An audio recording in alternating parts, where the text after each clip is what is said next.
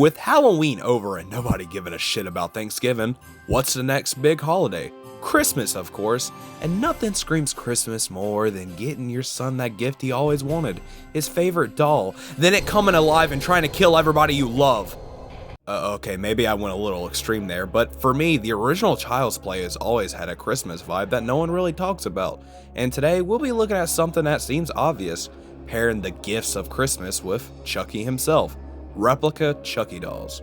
Now, I'm not talking about the Trick or Treat Studio dolls that everyone has. Yeah, they're cool, but I'm talking about the dolls of yesteryear, the ones not a lot of people talk about anymore and aren't being sold anymore. So, sit down, grab an amulet, and scream, Give me the power, I beg of you! This is the history of Chucky dolls.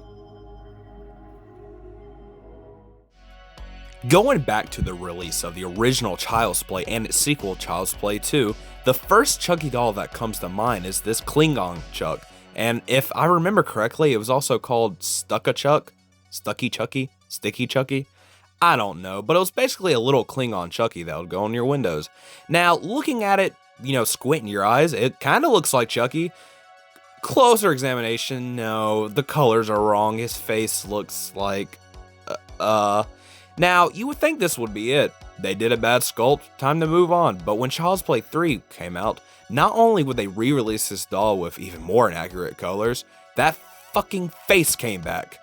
Please get that out of my life, it is terrifying. Well, they released it in many sizes, I believe a 7-inch, 12-inch, 17-inch, and a full-size version. Yeah, a whole family to haunt yours. As the series was dying down, that would be the last Chucky doll for a while, until in 1996, Spencer's would begin their decades-long association with the franchise. Now, this Chucky doll, god damn it, it has the same fucking face. You'd think they would get rid of it at this point, but I guess it was just cheaper to keep it around. I guess I have to give it credit for having almost the right sweater, but why does it say Chucky on his little overalls? I'm not confusing that with anybody else. This doll would kind of be popular because it's seen in this photo of Jennifer Tilly. 2 years later, in 1998, Chucky is back, this time with his girlfriend Tiffany Valentine. This movie introduced audiences to Scarred Chucky, which would basically be the mainstream version of Chucky, even to this day. Now, of course, there's many merchandise that came after this movie, but probably the most famous piece in Chucky history is the 1998 Spencer's doll.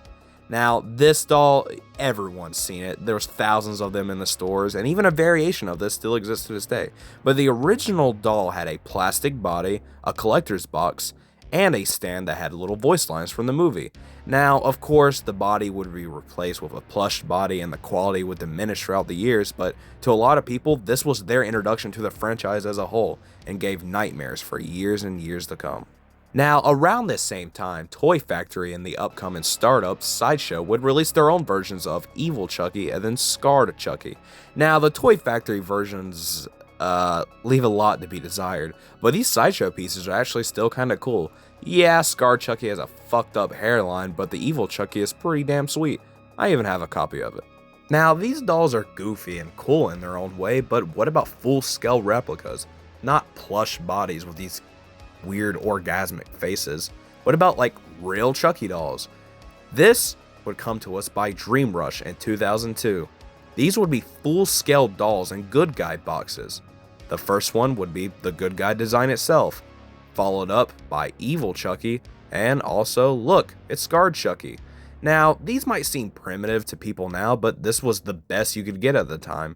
These were retailed about $500 and were very limited even then. Following their trail in 2005, Japanese company Medicom would step into the ring. They would also have an Evil Chucky and Good Guy Chucky releases. Now, this Evil Chucky is probably my personal favorite that's ever been released. The Tots is a great doll for its price, but nothing beats that head sculpt on Evil Chucky. On a side note though, that Good Guy doll looks like it's geeking the fuck out.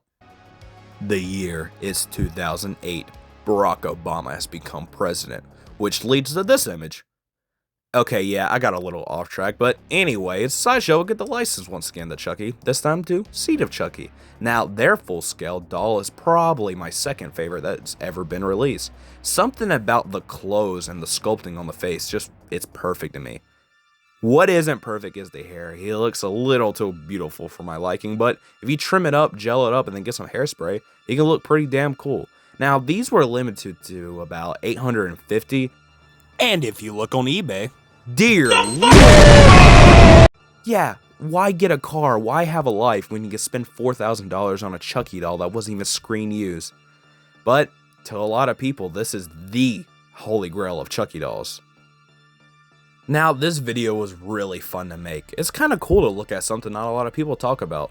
Yes, I've done Michael Myers and Leatherface videos, but I honestly think in the Mount Rushmore of horror, Chucky is right up there. And looking at the various dolls that got re-released through the years, I think we had a pretty fun time. This has been Matthew at Piscoli Productions. See you next time.